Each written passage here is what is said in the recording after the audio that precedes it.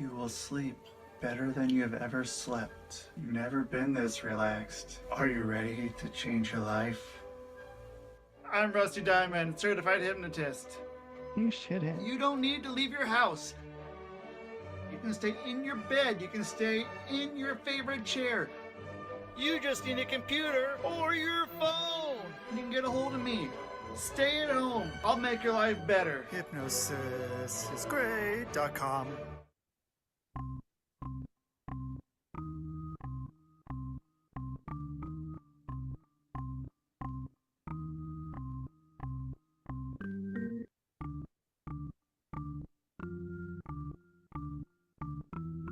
It's Rusty Diamond, motherfucker.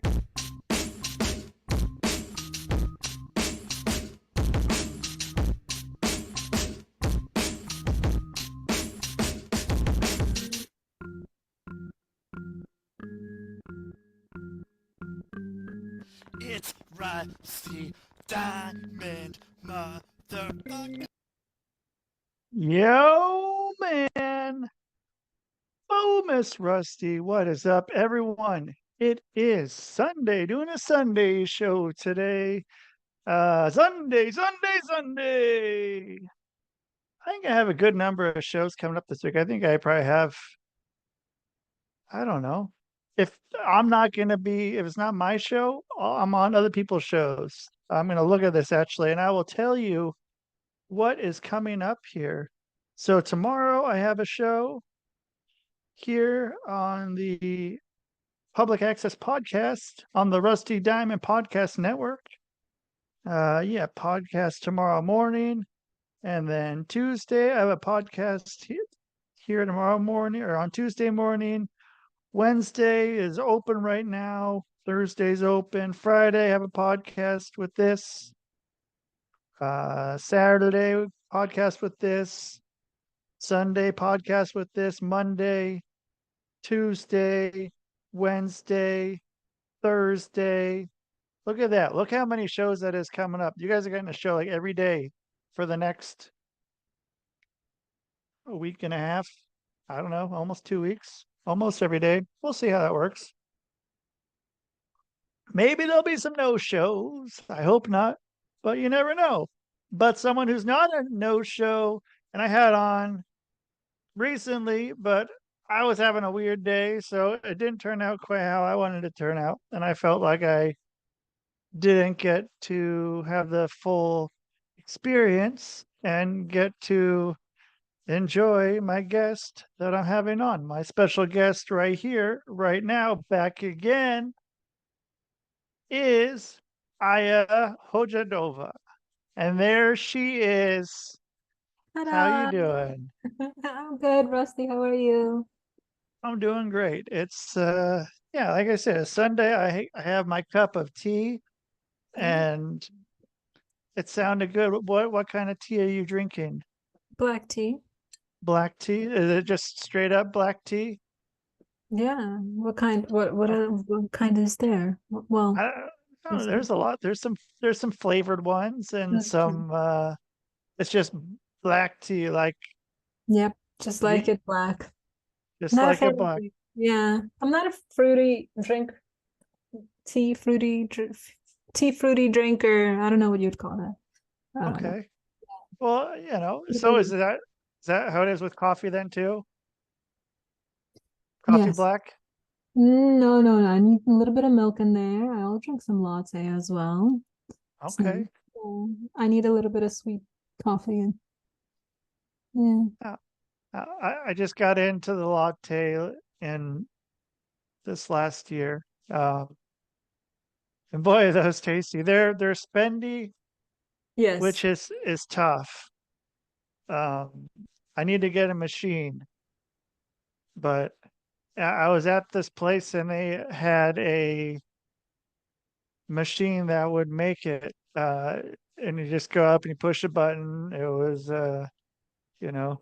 cafe con leche. You push the button and then comes out and you get this little cup. And then I hooked on those. I come back here and they're like $5 for one now, and so Yeah, it's insane how expensive coffee has gotten. I usually drink the instant coffee. My brother always makes fun of me and says that's not real coffee, but whatever. I'm good with instant coffee. There's yeah, I've definitely had it, and it's nice. So do you put it do you like have like a tea kettle and then you put water in it, or do you like Yeah. throw it in the microwave with Oh gosh, no. I would never. okay. Yeah. I I rarely learned that use the one time. microwave. Yeah. Don't. Yeah. I did it one time and that was more than enough. No. Uh yeah, No. that was like 10 No. years ago. And I was like, No. what did I do? Yeah. What did I Why? do? Was it disgusting? It was yeah, it was kind of disgusting. Mm. Anything in the microwave is usually Yeah. kind of Yeah. disgusting. Yeah. There's yeah, I It's a don't little know. overrated. Right. Mm. And it's like growing up, it was a real big thing. I'm sure. Like the microwave and like all Yeah. these, like everything can be done. We like lat, Technology. Yeah. yeah, latchkey kids coming home and like, oh, you can make some food and Hmm. you know, Yep. make a snack. Yeah. No, no. It's been a few years. I mean, I still use microwave for some things, like if I need to melt the butter fast, just Oh, put it in yeah, the microwave, and this is when I'm baking, but otherwise it would really depend. I rarely use it, and I would never use it to warm up a drink. Oh my God. Or a pizza. Or a yeah. pizza. Have you tried microwave pizza? It is depressing. It's horrible. There's no good way to do it. Well, Um, well, toast it. yeah, Toast it. Toast. It's the best. You have to yeah. try it. Yeah. Are you talking like in the oven, or are you talking like, have you done it in a frying pan? No, I've never done it in a frying pan. Have you? Yeah, that's kind of the way to do it. If you have the patience, that's Huh. kind of the way to do it. With I have, you know what, with the pizza, where it's the like uh maybe brick oven or coal baked or something like that, where it's like the kind of like real thin, Yeah. crunchy kind of pizza. I'll put that in the microwave, which is because I don't know. I feel like it gets too crunchy if I put it in the oven for too long. So I need to even it out. But then, like, just yeah, I've I like had the pizza in cheese. the oven. I like the crunchy too, and that's what kind of makes the pizza. And I Yeah. can't tell you how happy I was to live, near New Haven. Mm-hmm. Uh, that was unreal.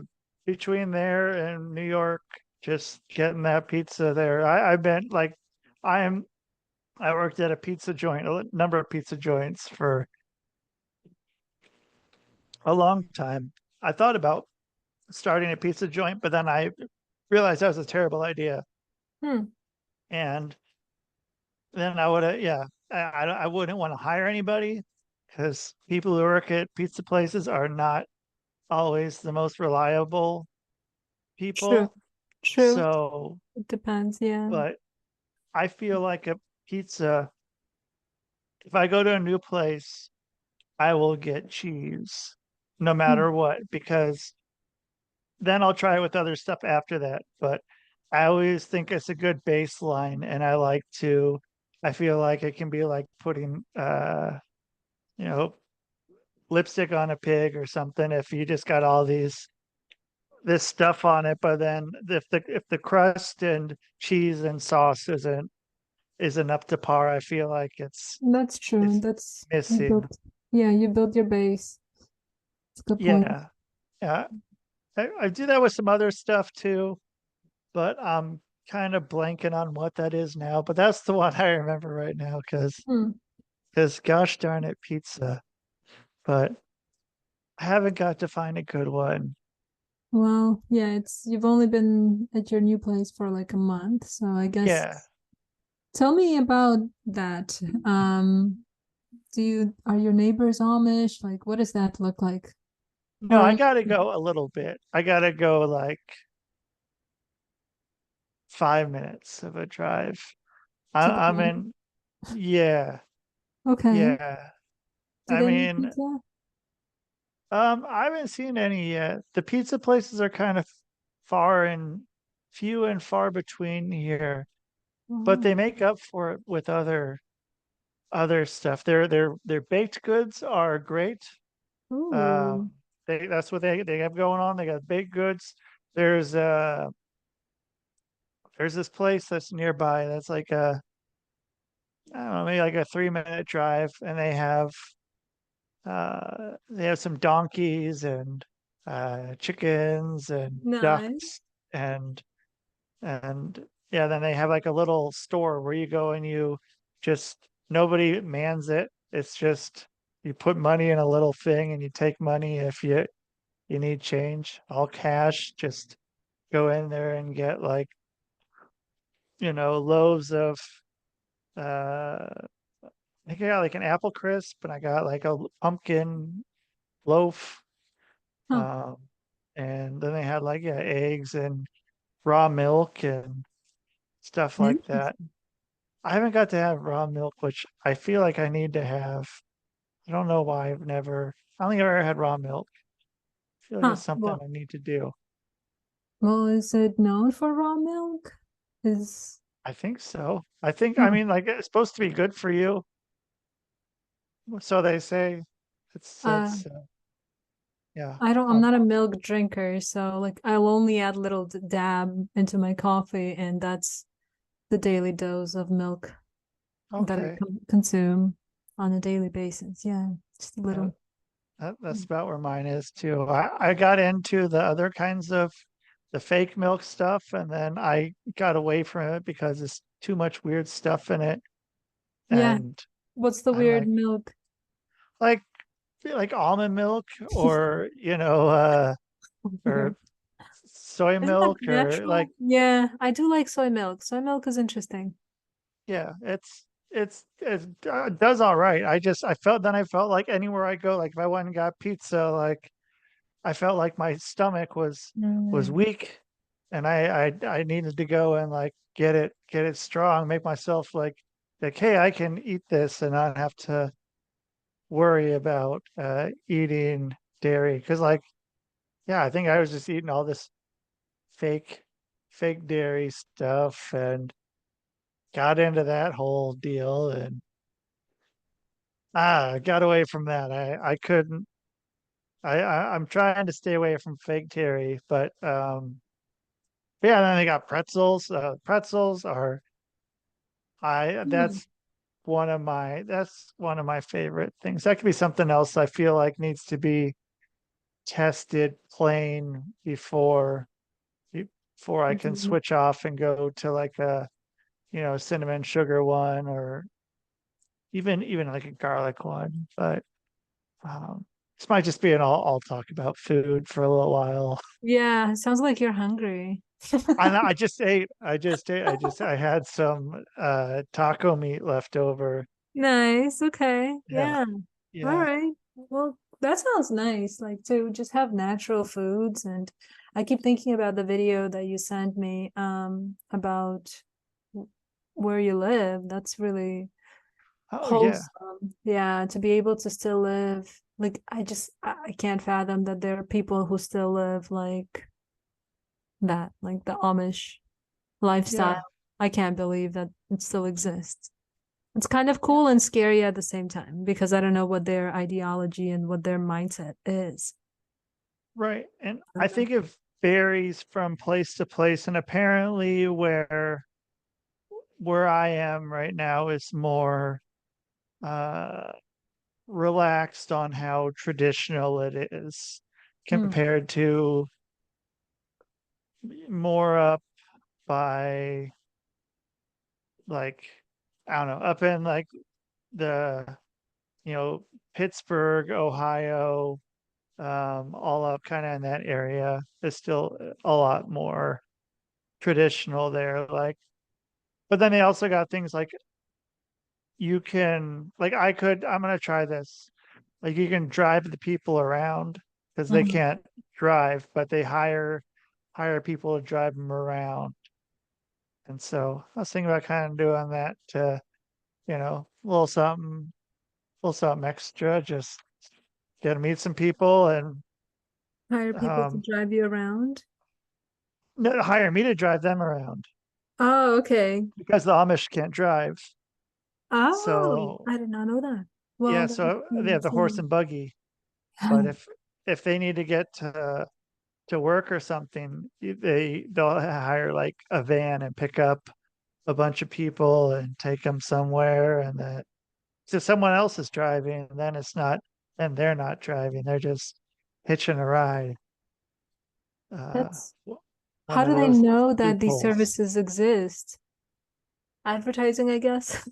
I think so. Yeah, advertising at the local stores. I saw Oh, one at the grocery store really? the Oh, other you gotta take day. pictures of these things, Okay, Rusty. yeah, I know. I Yeah, need to start doing this. like you're in a whole new world that nobody's aware of, and Yeah, it's nice to know that local advertisement still works, especially traditional marketing. I love traditional marketing. So, yeah. So, like with that, so then with you, how would you, if you had, like, if local marketing was still like a great booming thing, how would you want to market yourself? Would you be, putting the flyers up places? Would you be doing a billboard? Would you be doing local TV spots? Well, okay, so it depends with the Amish, how, like, do they use phone? Sorry, I I don't sound, think so. No, so they, that's cool. I'm not sure. I don't. They may use phones. They may like if they go somewhere, they can maybe use like okay. yeah. And some of them like I think a bunch of them got not a bunch of them. I heard a good amount of them got in trouble during uh that like had cell phones when they did that thing where the emergency testing went off a couple months ago Uh-huh. and everyone got like a message all at once. Yeah. And so like this thing went off and they're not supposed to be having cell phones. And then it's like, oh, what's that beeping? I don't know. That's interesting. Okay. So, So they but don't have some people breaking the some rules. some people break the rules a little bit, The but modern Amish. I like yeah, that. The yeah, rebels. the Uh, rebels. Yeah, do they watch? I'm going to assume they don't watch TV either, right? probably not. Okay, so then I'm going to also assume, well, I don't know. They have payphones or telephone booths somewhere in the neighborhood. Maybe there Maybe. might be, yeah, or something like that. I haven't gone on to any like property yet, I don't think, except for, well, I guess sort of, but I haven't been like on a property where I've looked around and kind of saw how things are going. But Well, the yeah, reason why I'm good. asking is thinking about how would one advertise their business within the Amish community. So, a couple of ways. I mean, you can definitely do door by door. That's the obvious one. It's actually the best one if you ask me, because you're building your reputation, you're building your brand, and you're building a relationship between you and your customer.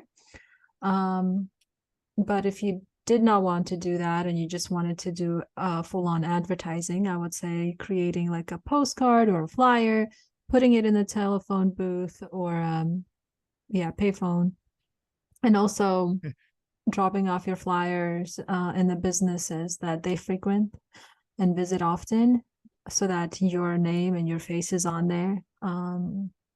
But again, it would really, how would they reach you is the question, right? Phone, email, maybe writing a letter. That's really Ooh. cool. Just, I would love for my customers to write letters to me. I'm just throwing it out there. I love traditional marketing. So yeah, this just tickled my brain. So this is So fun. if you had it and you were let's say where you're living right now, there is traditional marketing, let's say marketing let's say it's 1970, so 50 some years ago. Yeah. How would you do your marketing? Would you go door to door and just knock on doors until everyone knows you? What are we selling is my question. I guess you'd be selling. Well, I mean, if you wanted to say you're selling your uh, real estate or your now newly elected, I guess Mm, we can talk about that now, we can talk newly about that. elected position Yeah. of, Yeah. yeah, Uh, so all right, it's the 1970s. Actually, I don't know if I would love to advertise, but I wouldn't mind because I would still choose door to door to talk to the people, build that reputation, build that one-on-one connection. If I am either running for office or I am um, elected for anything. So currently, I just recently got elected. What is it now? Almost 2 weeks of being a Charleston County chair of the Libertarian Party. That has been a lot of fun.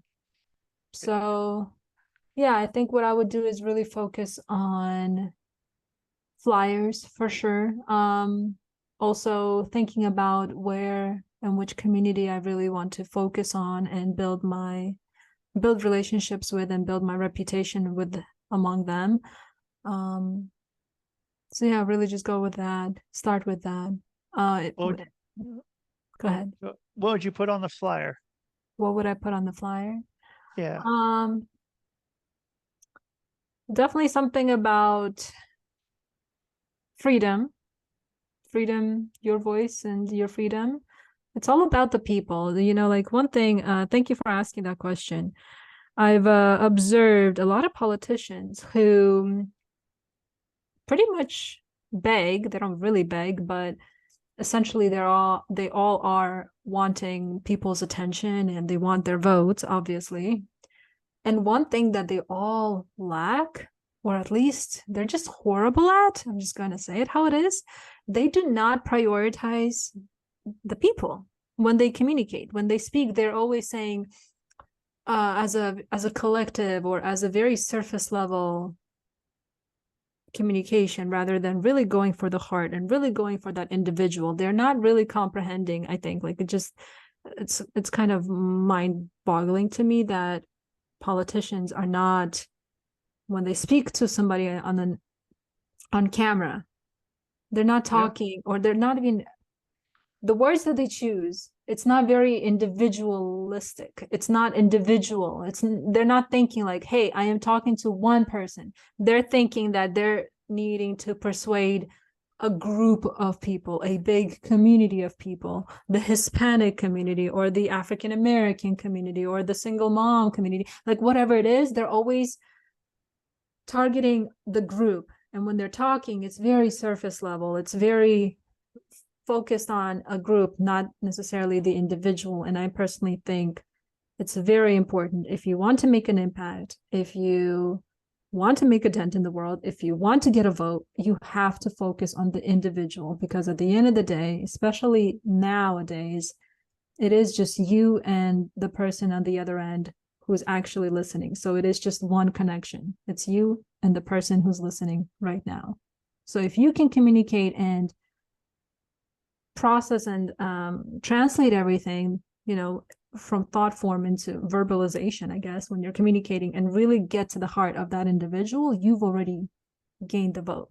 So that's one thing that it really just irks me, when the politicians just say, they don't speak like that. They don't speak on an individual level.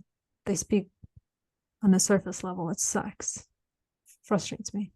Clearly. Even with podcasts, like talking to people not on an individual level, on to talking to them. I mean, even within these groups that are put together by someone, there's a big gap of people in these groups. It's not just, I mean, you're targeting whatever group that is. Like, not every single person is going to think the same. Not every single person has the same story. Yep. But it kind of ends up seeming that way. It's like, okay, well, we Mhm. took care of this portion of, yeah, Yeah, it feels very much like, oh, we checked this thing off the list. It's like, right, there's no such thing as that. I don't, for me personally, I don't think people should be falling into any checkbox. Like, you can't check something off a list and say, oh, I took care of this group of people. No, you did not. Oh, speaking of sociology, right?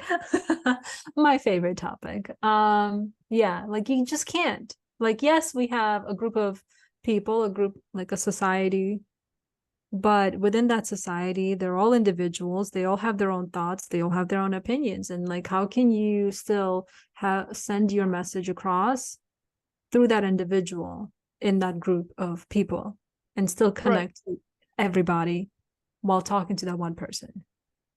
It's kind of like that ripple effect or a domino effect. There you go. Yeah, very much so. And what do you do with that? I mean, what you just you're casting this wide net, but you're not catching any fish.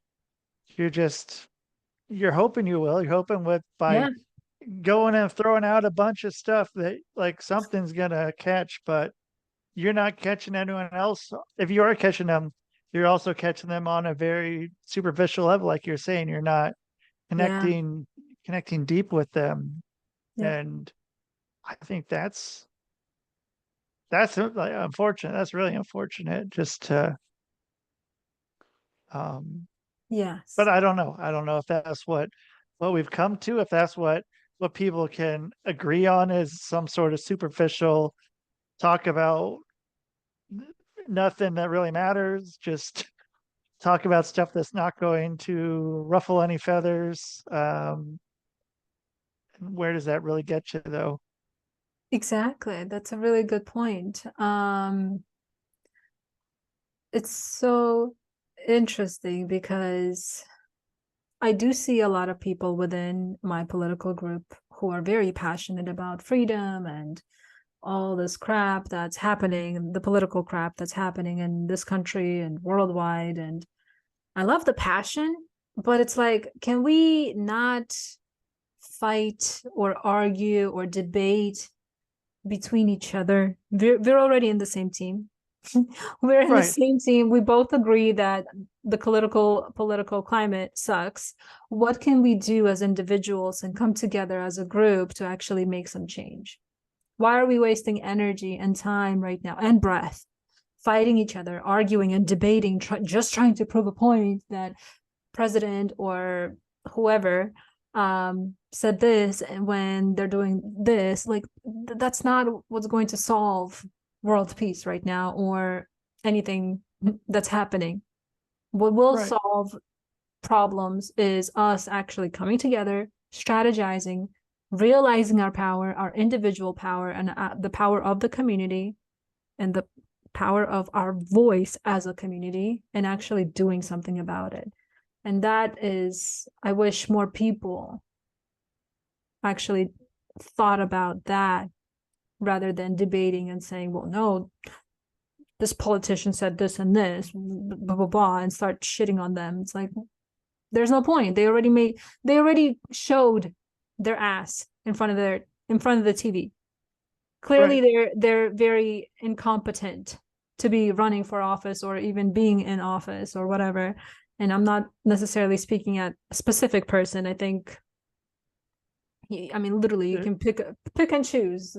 Right. The buffet of people that do not qualify to be in office. And I think it really goes back to what can we do as individuals and as a community and actually do something about this, because I'm tired of watching the TV. I'm tired of watching the news and seeing this circus every single day. And then in addition to the stupid circus that we have every single day, we also have a show of that's so retarded. And I apologize, excuse me.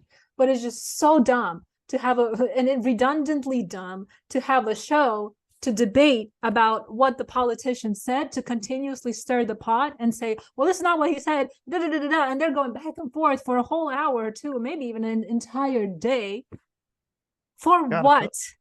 to fill that 24-hour time slot. Yeah, and I get it. Obviously, I understand it's all about the views and the rating and stuff, but like, and it's really about keeping the people busy and planting those seeds within the people. And it's just, Yeah. sorry, I really can't No, get. no, it's okay because there's so much too that we as a society can agree on and Yes. be able to move forward with, but it's these little tiny things that this is a line in the sand, and like you're either with me or against me. Like, whoa, hold on. There's still, this is like one thing, but there's out of 100, but there's 99 other things that we're all kind of on the same thing. We can all be putting our energy towards that and not this one thing that we're disagreeing about. There's still a lot more that we want to do for the better of everyone. Yeah. And like this one thing, like, sure, I mean, it's important too, but like, you don't want to, you ostracize yourself by doing that too, by, and, just end up hating everyone. Yes. uh, Yes. and like, what were you guys, you're on the same team. You're all on the same team. You just Yeah. have a few different opinions, Viewpoints. and it's okay. It's okay Exactly. to Let's have different let's agree to opinions. disagree. That's Right. fine. You can't anymore. It's impossible to agree to disagree. It's like, well, nope, you can't anymore. Not. I just like Yeah. this. Just, and I don't know. In the last 5, 10 years, that's really become something that's hard to Yeah. explain or like grasp that it happened. And I don't know if there's any going back, or if there is a going back, how to go back from that, because Hmm. I feel like agreeing to disagree was just so, it was okay. There's nothing wrong with agreeing to disagree. And now it seems that there is. But When you say that, what do you mean? Like, there's a problem with agreeing to disagreeing? because I feel like, I mean, let's put it in, I don't know. Like people that like Donald Trump or something like that. There are people that will say, well, since you like him, like we can't even Mm, be friends. gotcha. And I've seen people doing that on both sides with whomever, like, or whatever thing that's going on. Yeah. Uh, inserts current topic of whatever going on. Yeah. If Yeah. you don't align with me, we can't even That's so coexist. true. I don't want to be around you. And That's so true. it's just like one thing will just completely destroy relationships and kind of, and then yeah, then these people become enemies.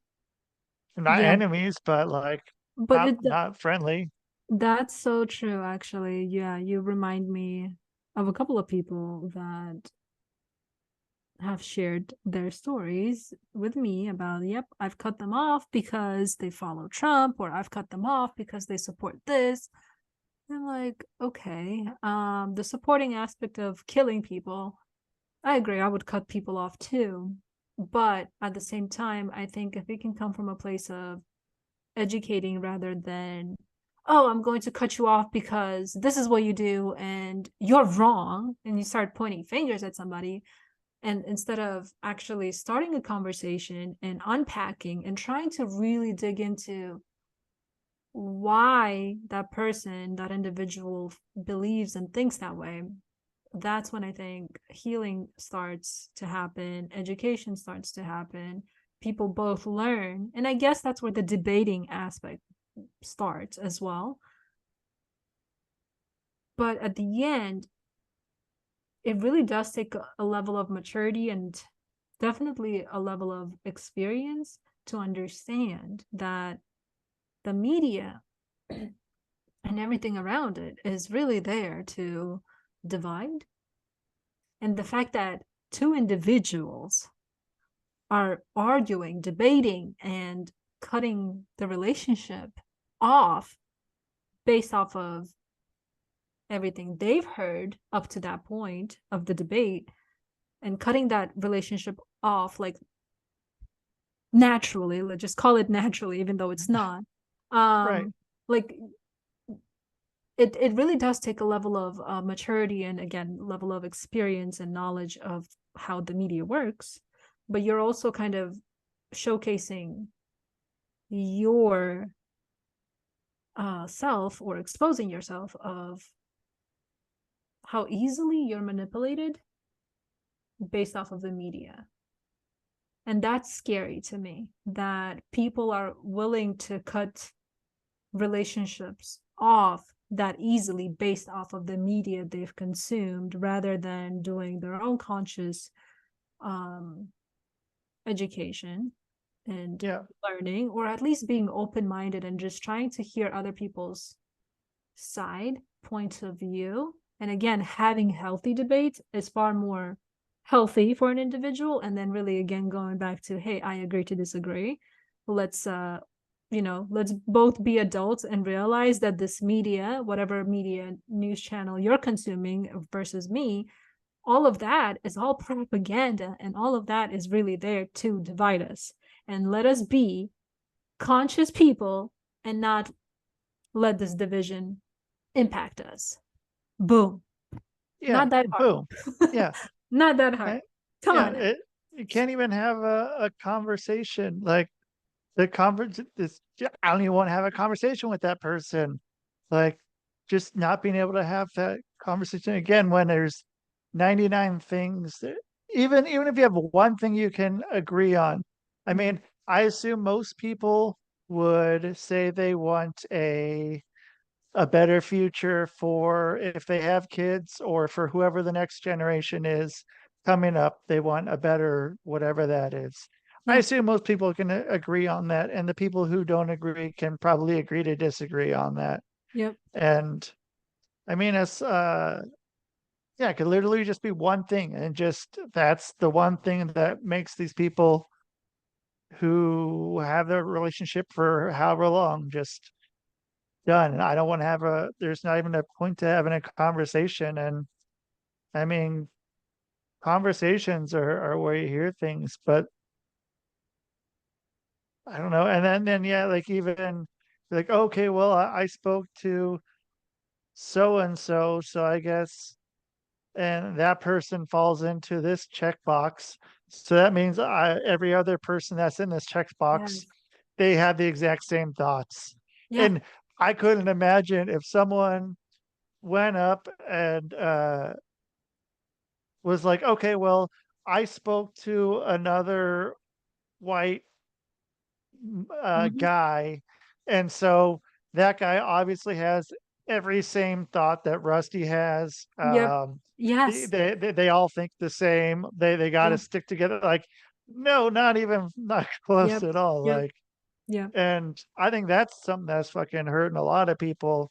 That this, that every part of a checkbox is one conscious thought. And I think that's kind of dangerous, and can really be limiting and off to anyone who is not part of that, who even has that same, I mean, even if there's only two two points of view in that one checkbox, if you're part of that other, if you're in that checkbox and you're the other point of view, then you kind of get ostracized. And then you get like, I saw it a bunch with I mean, just even like with like the BLM and stuff of that nature. Just like, anyone who like all the name calling and shit that went on after that for anyone who didn't have like that same like, oh, Security. you are Yep.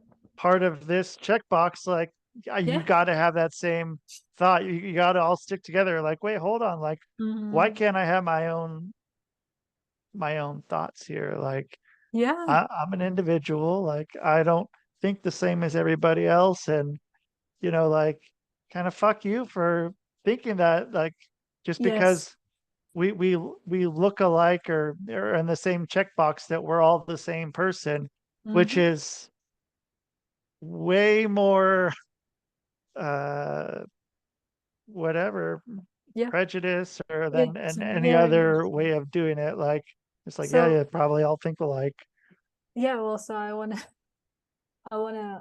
add to that. I actually it's very messed up, but I make a fun out of it. My business partner, he's white, and so I always almost on a daily basis, it's in a funny way. I do kind of have those stereotypical conversations with him and tell him like, oh yeah, you wouldn't understand since you're white. And he Right. and I joke all the time. I have another like really good friend who's also very white and completely like he acts very unwhite. I don't even know what that means, right? But he's Right. just so opposite of that. And both of my friends and my business partner as well, they all grew up in California. I grew up in California, so we kind of have those stereotypical conversations because in California it's just such a boiling pot of different races. um my business partner, most of his life, he kind of actually he lived in San Diego, so he would go to Mexico like on a weekend if he wanted to, because it was only like 30 minutes away from Right. the border. And I could jokingly call him a Mexican.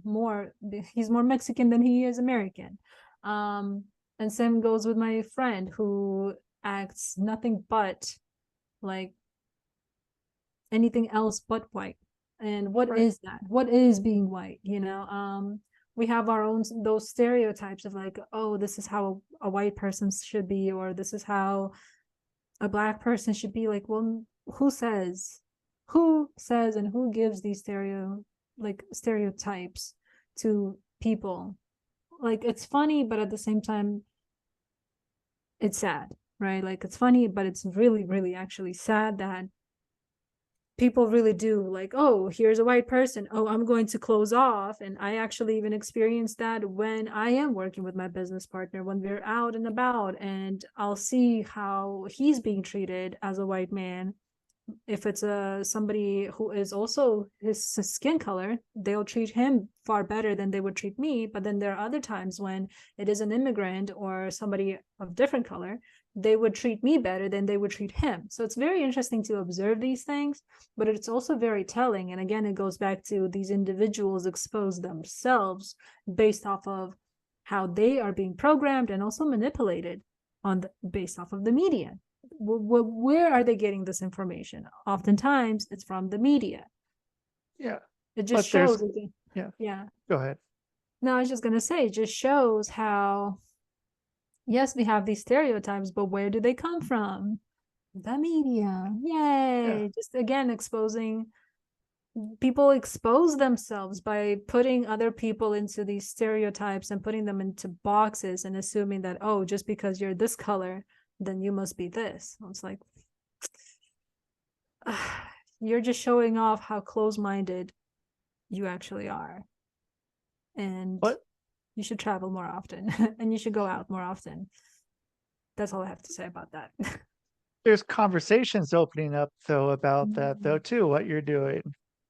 That's true. It's by kind of joking around and however it is. And I think that's important too. I mean, that you can have that and not have to worry about stepping on eggshells to do that, or, having to worry about like, I don't really know how to say this, but it's like, it's someone that's your friend and they happen to be whatever, like that's just how it is. Like, it's okay to acknowledge what's going on and like have conversations, ask questions and know like they're not the representative of whatever that box is True. of they're your friend.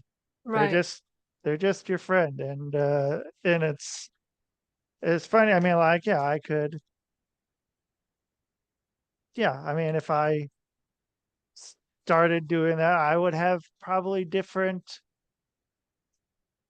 because I don't know, like anyone who's my friend usually is pretty open to talk about whatever, however, whatever checkbox or check boxes they go into Yeah. are usually pretty open to talk about whatever. And like, it's just is It's what it is. And it's not like, and everyone's just, an individual. But going back to the individual is important. That it's not, you're just yes. talking to one group and everyone's the same. And Yeah. Well, and you have to, I don't even know what you have to do, but I've always valued individualism more than anything else. I'm not a fan of language. I know we need it to communicate, obviously, with one another and get our point across, essentially. But at the same time, I'm not a fan of all these groupings, right? Like politics, political parties, that's a group. They're just putting people into groups and again creating these like stereotypes. right. Same goes with races, same goes with nationalities. We're just grouping people. Same goes with gender. We're just grouping people. Religion is just another form of creating groups and putting them, like, again, going back to society and sociology in general. And again, what are we really doing? We're really dividing people and throwing them in buckets, throwing them in groups and dividing people and saying, oh yeah, you can't hang out with those people because they're this, they're XYZ, right? And they're more, what is it?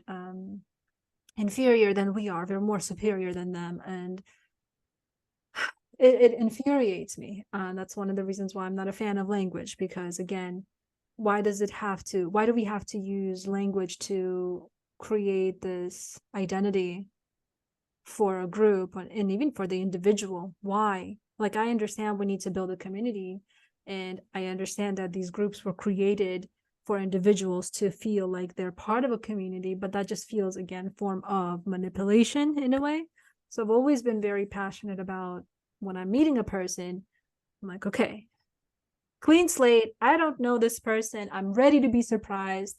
That person, that individual has a story I probably don't know anything about. So I try my best whenever I am like out and about, meeting anybody, or just, anything. I try not to judge people, because judging is a form of your own insecurities, your own programming that just comes up, and you're like, oh, this person is XYZ, blah, blah, blah. Like, these are all your thoughts. These are all your insecurities. If you really dig deep, these are all you thinking about these things, creating freaking weird stories about strangers you've never met or ever going to actually meet or get to know, because you're so busy judging, Right. when you can actually, like, be present, stop this stupid BS story you're telling yourself, trying to make yourself feel better by judging somebody, and actually get your lazy butt up, go introduce yourself, and actually get to know that person. And you would be so surprised to hear what they have to say. And when you can Yeah. actually go and embrace that individual as they are, whatever color they are, you'll start to learn so much about how life works and how this world works and how everything is BS, especially if it's media. Sorry, I'm not trying to hate on the media, but Well, exposing the yeah, media. Yeah. it makes sense. And it's, don't trust this neighbor.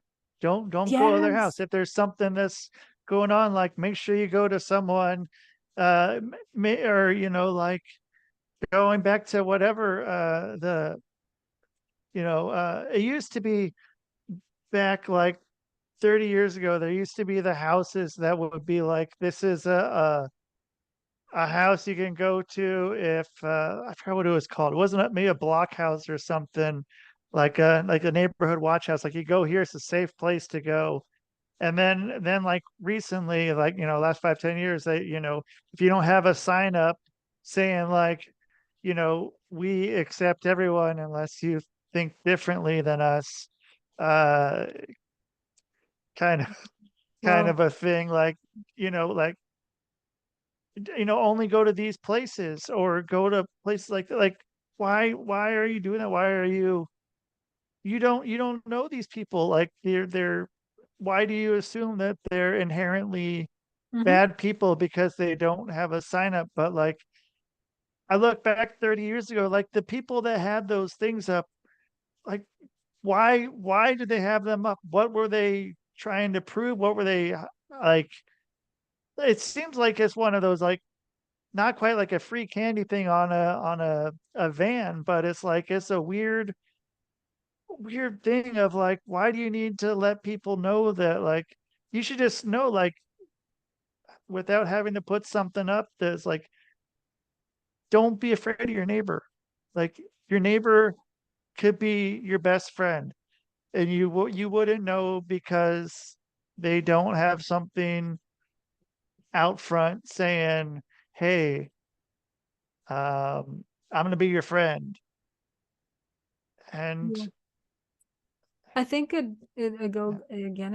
It goes back to the media, right? I mean, just thinking about, let's just go back to history. 50 years ago, like the TV probably just started, but like before that, what did we have? We had the radio. Before that, what did we have? We had the newspapers. Before that, what did we have? What did we have before what newspapers? Um, I, I don't know. Preachers, churches. Probably And so, here's a man, a pastor, let's just call him that, preaching, and he's very passionate, and he really could be BSing and spitting hate. A lot of them do. right. Um, and it's so interesting. Like, I love to observe politicians. And when I was at the Libertarian Party convention a few weeks ago, there were 6 candidates running for presidency. And out of the 6, only one I could feel just energetically. He could be BSing for all I cared. He could have spoken different language for all I cared. They all could have. But he stood out the most. Chase Oliver. I'm not sure if you've heard of him, but he's one of the guys running as a libertarian. And I'm hoping he gets elected, at least for the national level. I don't even know how any of this stuff works, so please excuse me. But he stood out of all the candidates during that debate for the state convention, all because of his passion and the way he communicated, the way he expressed himself, the way he energetically, like it, that really very much matters, how you express yourself. Because if, yeah, you could, I guess words really do matter, but at the same time, you could be spitting hate. Like, look at Hitler, right? Like, and look how much damage he has done, all based off Right. of his mannerism and the energy he presented to the population, to invoke so much action within people. That takes a lot of talent. And so going back to before the media, we had these evil preachers who were also creating a lot of separation and spitting all this negativity and spitting all their own knowledge that was passed on to them, right? And what did we have before that? What did we have before churches? Not much. Not a lot of people even knew how to read books, right? They were Right. illiterate. So again, I don't even know. It's leadership. I guess it really goes down to leadership and the type of people who lead. And right now, I can just tell you, we don't have great leaders. I mean, look at the freaking climate of the world. What the hell? It Yeah. frustrates me. Like, world peace is actually not that hard. It's not that hard to achieve. But the people need to be like, we need to all get together and just say, enough. I am fucking done. putting up with your shit. I am done voting for toxicity. I am done being the sheep. It really takes the people. But right now, it just feels very much like, I don't even know if they're asleep, or maybe, and I think that's where I'm I think it's because people are so manipulated into believing that their voice does not matter. That's why they don't really speak up, because they're scared that their voice does not matter. And so that's why I'm passionate about getting involved in politics, because I want to inspire individual action, because it is all about the individuality, individuals coming together, fighting for the one thing, world peace, because it is very easy to achieve, but we all have to believe that we all have the power to make that happen, because it takes all of us to make that happen. Yeah. And I mean, with how many people who are very political wherever, or not even, when it gets down to the election, and it's like, well, who are you going to vote for? It's like, well, if you vote for this third party, then it's taking away votes from this other person, so I'm not going to vote for them, even though, like, I think this person is the best candidate. And that's been that way for, you know, since since I started. And like, because, well, I mean, in Oregon we knew that uh what's his name, fucking what is it, John Kerry, or was that 2000 George Bush? And no, Al Gore. We knew that Al Gore would win the Oregon one. So, but like, vote, and I voted for Ralph Nader, who ended up getting 5% of the vote, the national vote. And so, but there's just been so much like, oh, yeah, like, this person's great, but like, I don't want to vote for him, because then it's just, they're just there to take away votes from whoever the Republican or Democratic candidate is. And it's like, well, that's fucking stupid. Like, that's a big problem right there. Just that, like, that somehow these two, as South Park said, giant douche and turd sandwich. You got to pick between one of them. But this third one is great, but somehow it's going to be hurting one of those two, and the lesser of two evil. Yes, well, thing. and I've heard this for the last, I have no idea how long I've been a libertarian now. I voted libertarian, I think at least for the last two presidential elections, and there were a couple of times where I was told, like, oh, you're going to throw your vote away? You know what? If that means I'm voting as a libertarian for a libertarian, I don't care. If this means I get to throw a big middle finger up and show the Democrats and the Republicans that I don't care about either of those parties. Sort of, yeah. They are properties essentially, Yeah. but if that's what my vote really means, what an honor it is to vote third party.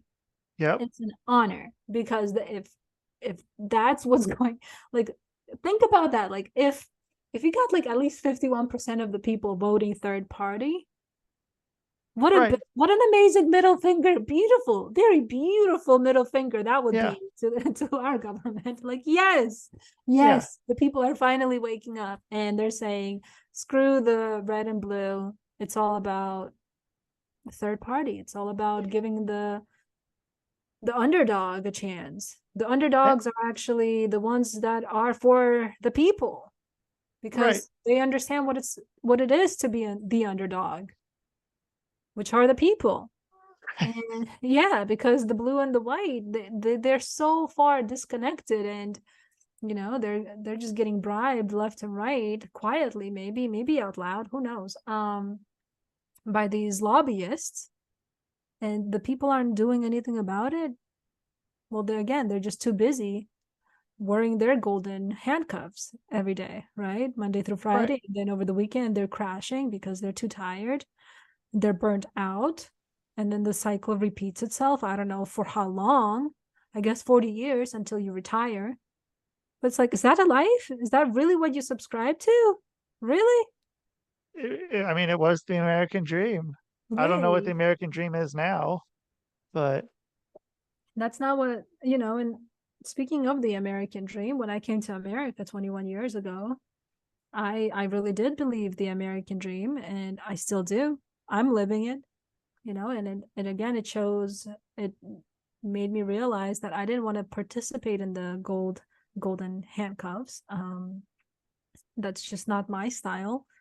I think American dream is allowing people to be themselves, going and following their passion, following their dreams.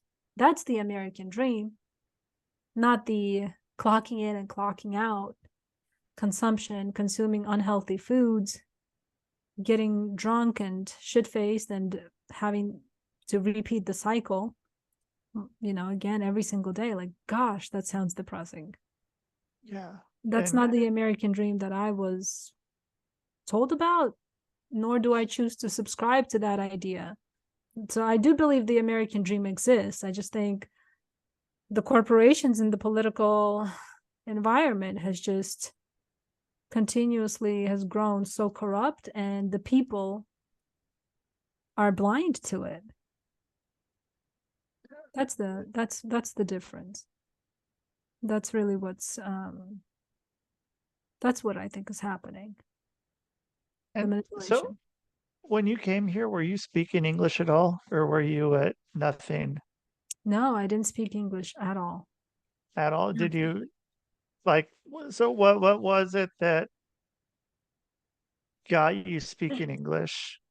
America. What American education system. Yay for the win. It just came in with nothing, or were you in like not native speaker class or so learning? Okay. So when I got to America, I lived in San Francisco. I grew up in San Francisco. I'm not sure if you know, but it's a sanctuary city. It's a melting pot of all different types of races, nationalities, and so I would say about 95% of the population, maybe 90, if I'm being generous. 90% of the population, they're all immigrants and they're all from somewhere. They're all transplants. And so, in school, when I went to middle school, I was in the English second language program. So, I loved my teachers. They were very patient, all American, all white. And I loved my white American teachers. They were very patient with us. And especially rowdy immigrant kids. Well, I guess they weren't rowdy. We were obedient. I will say that. Since different cultures, now you're coming to a foreign country, of course you have to be obedient. You have to respect the new culture, the new country rules. And that's what I love being a foreigner. Well, I don't love it, but it's good to be a foreigner in another country because you come from a place of respect, because you don't know the country, you don't know the culture. And I made sure to not disrespect the American culture. I'm actually very grateful to America, and I call and consider America my country far more than the country I was born in. Because America did give me the freedom that I have always desired. So America does have its pluses. It's just, again, it goes back to the political aspect of it. And I don't think, I think politicians are actually, the more and more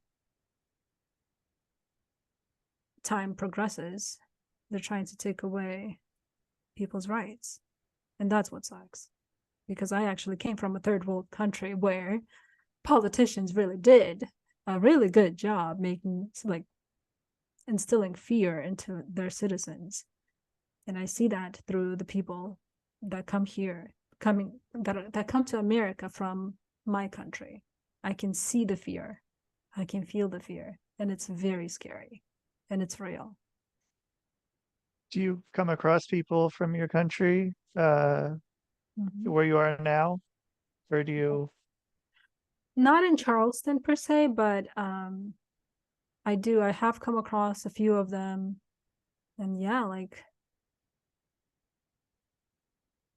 there's a lot of fear in expressing how they think, how they feel, especially when it comes to government conversation. Like this would be really troublesome because we spent about almost an hour just talking about the government and the political environment and how the media is and the corporation and the politicians and how they all manipulate using the media.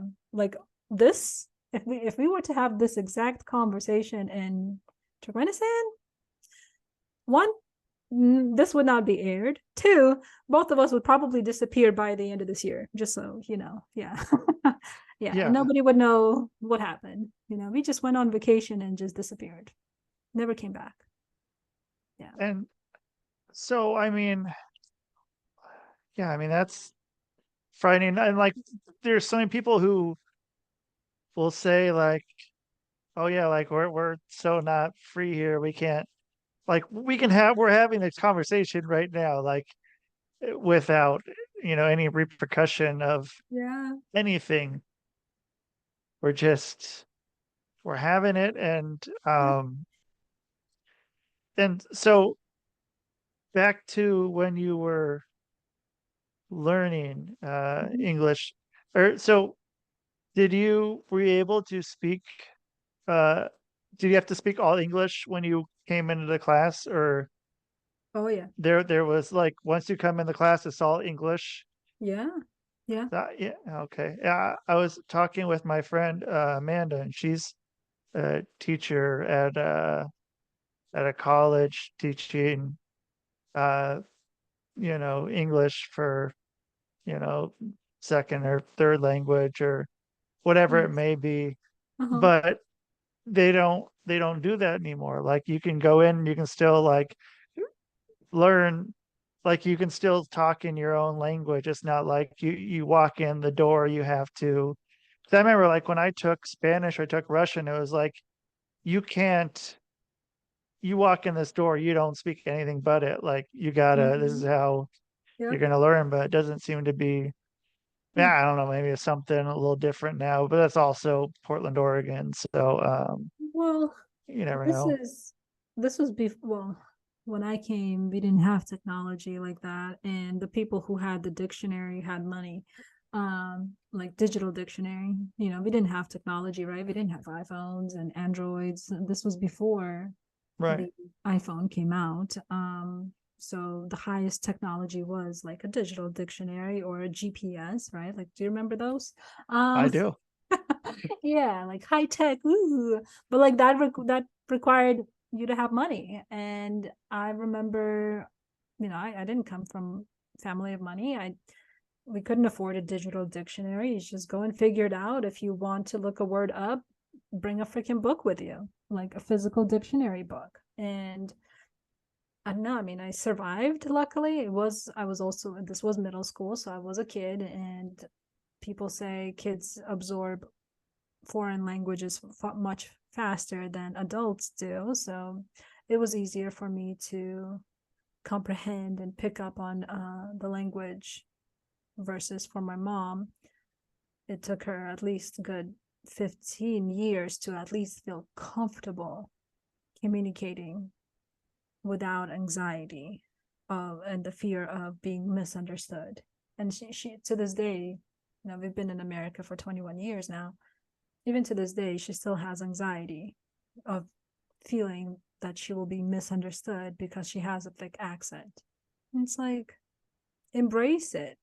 Embrace yourself and embrace that you speak multiple languages. Yeah, that's pretty Yeah. cool. Like, Yeah.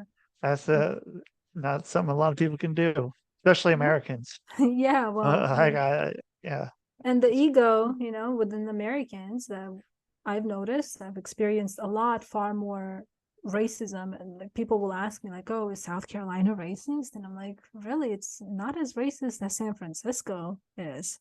San Franciscans are far, I don't even know, like I guess they're condescending. They're like, oh, I hear an accent, and the word you're using, it's inappropriate. And I'm like, well, why don't you Yeah. live yourself, and go learn a new language and then come back to me and let's have another conversation in Russian, because hey, at least you understand what the hell I'm trying to say, rather than trying to make me look stupid. And again, it comes from a place of ego. They're trying to make themselves look superior, and again, maybe something within them feels threatened that they have to put an individual down. And if that's the case, I mean, again, geez, they're exposing themselves. But that was my story, my not story, but my experience in San Francisco. Whereas in South Carolina, people will say like, hey, I hear an accent, where are you from? And I'm like, shit, where am I from? Yeah. It's like, which answer do you want me to give you? Because I'm from two places now. I'm from Turkmenistan and I'm from San Francisco. They're like, oh, that's interesting. I'm like, yeah, this is interesting. But like, nobody ever says, nobody has put me down in South Carolina or said anything racist to me. Not like San Francisco has, which is very interesting. It's kind of what I hear a lot about the South. Really? Like people say always like everywhere I've lived has been in the north. Like the furthest south I've lived is Salt Lake City, which is not very southern. Mhm. But I mean, always thinking like, oh, the South is so racist. Like that's what the whole South is. There's a bunch of racist people. But like Yep. looking back, like I mean, like Portland, Oregon, up, until kind of recently it was I don't know, it still is, but uh it had always been like the most segregated city in the country. Mm. And but Wow. it's always like, okay, it's such a welcoming place, but like, hey, if you're this checkbox, you're gonna go live over here. If you're this Mhm. checkbox, you can live over here. And Wow.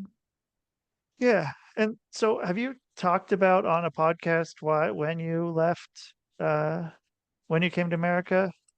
Have you talked about it? I don't want to like I don't if know. you've talked about it, like I don't want to like be like, oh, okay, she's already said this like on a Uh, bunch of no, podcasts. I But don't. I'm curious. I want to know. I want When to I know your story. when I came to America, so Yeah. I came in 2002. It was around June, about a year, almost a year after 9/11. Um, So what and was that so like then? it was interesting. Luckily, I didn't really have like a very Muslim name, but I knew that other people with very heavily Muslim names, they were far more stereotyped and held back. I got lucky with my mom based off of our skin color as well as our name.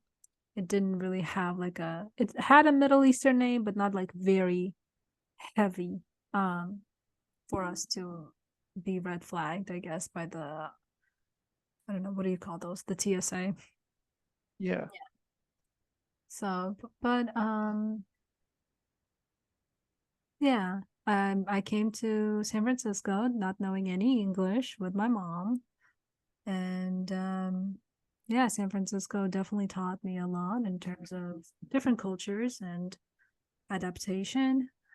I didn't realize that I was living in my own little bubble of San Francisco, and you watch all this news about, oh, how America's racist or sexist or very religious, and I'm like, that's not how San Francisco is. I'm thinking San Francisco is America, and again, didn't realize until I came to South Carolina a few years ago that, oh, wow, I really did live in a bubble.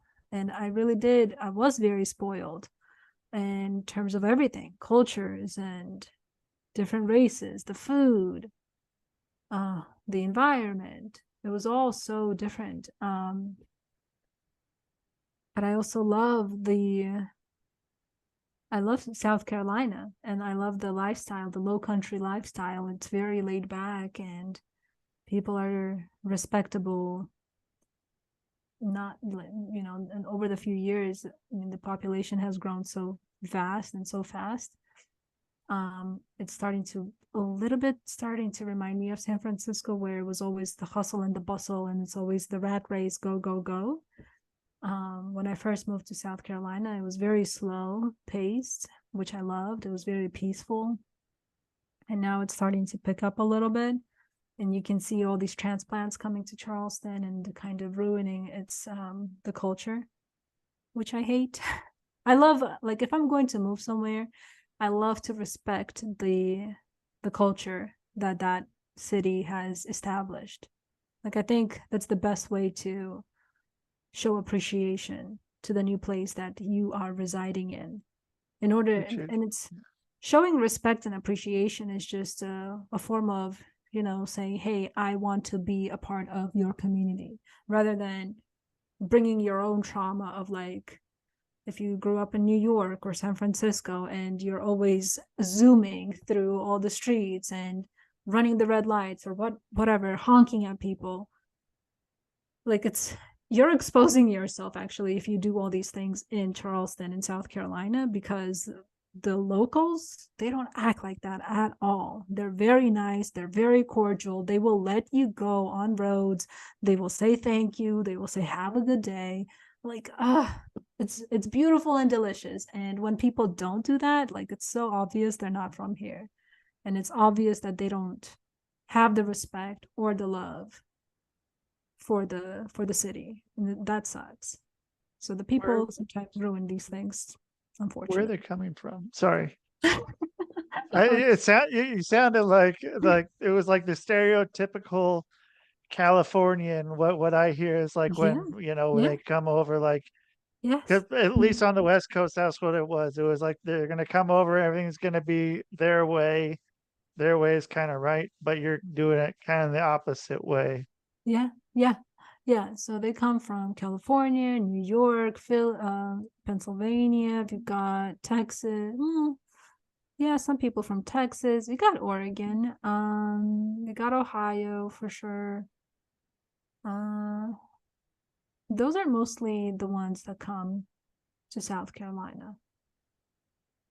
Yeah. It's New York. I think I said that. yeah, it's odd that it's like hard to just get in. Like, yeah, I kind of felt that way. I had a hard time though in Salt Lake City doing that, and I felt like kind of a dick there. But the other places, I felt like I was able to very much blend in and not like stick out too much and try to embrace what's going on. Yeah, And it's important.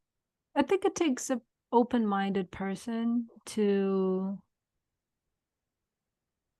just be, observe, and show respect to the community, because it's if you think about it, you're coming from another state, like, let's say your home state. Like, for me, San Francisco was my home. I come to South Carolina, I'm not just going to go and bring my San Francisco ideology and opinions. And I mean, yes, I have my experiences of San Francisco. Yes, there's some things that South Carolina and Charleston lacked, and it actually inspired me to go into the direction that I did within my career. But at the same time, when it came to the cultural aspect of it, of living the slow pace life, driving the minimum limit, even the maximum limit of speed, just being respectful. It's almost like when you come to somebody else's house, you're not just going to act like you're at your house. Right. Show that you have manners. You're a guest. You know, yes, you've got a place here at this new place, at this new city. Yes, you're in this new adventure, you're exploring, but again, show your manners and Right. don't be a jerk when you come to a new city. Like, learn to adapt and learn to appreciate. And if you can help and elevate the community however you can, do that. But don't try to bring all the bad habits from a city that you left and think that Right. you just identify this new city when you're the problem that everybody else left from the Yep. city that you're in, you know? So it's like, don't add to it, like elevate, enrich. So, Yeah. And I mean, when someone says, make yourself at home, you don't go and start, I don't know, like whatever, wiping your snot all over the it's weird. Yeah. couch. Yeah, a little weird. But that Yeah. was what I could think of. I was gonna probably say something worse, but I was like, well, No. okay, I guess, yeah, wipe your snot. But whatever, Okay. whatever it may be, like you make yourself at home, but like not literally. You Yeah. don't literally make yourself at home. You make yourself at home under what's respectful to them and making them feel comfortable because it's Yeah. their place. They have to live there even if you don't. You can Yeah. move and it's still going to be their place. That's true. That's very true. And again, if you're moving, yes, your move has helped with their economic development. Um, but that being said, again, thinking about how are you contributing to the local economy? Are you helping grow or are you really degrading it? And, again, just the last few years that I've been in Charleston, like my first year here, it was amazing. It was very quiet, essentially, in a way. And by year 2 and year 3, the traffic has increased and so has the crime. And the crime, it's very interesting because I didn't hear about it in my first year when I moved here. And all of a sudden, it has increased.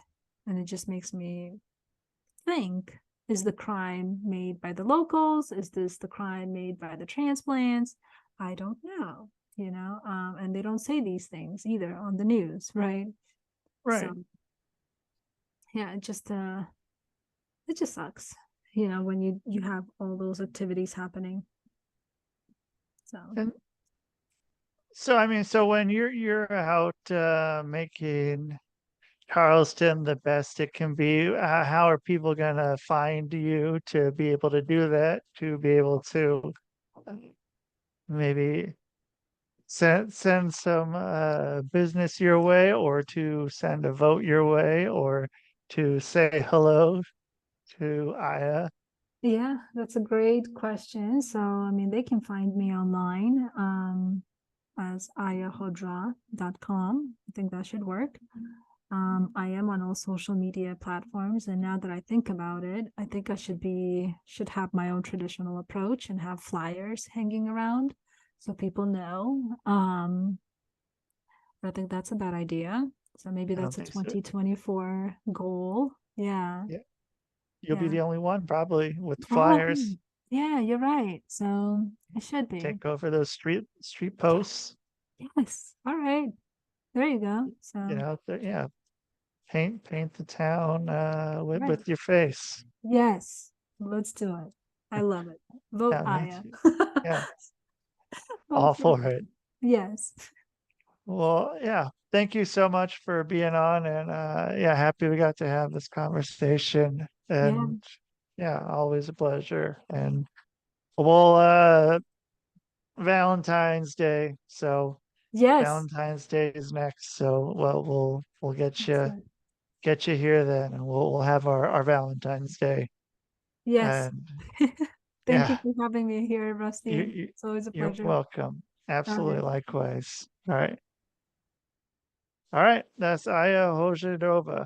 So you guys hit her up, check her out. I like talking with her. having her on here. Always a good time. So thank you everyone so much for checking out the Rusty Diamond Podcast Network. And that is the show. Man. Boom.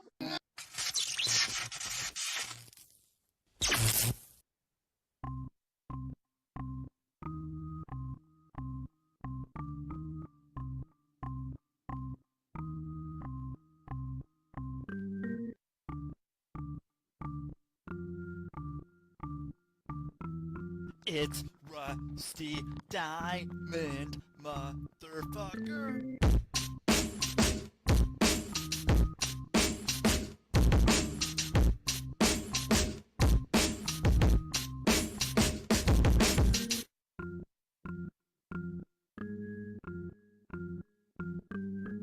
It's Rusty Diamond, motherfucker.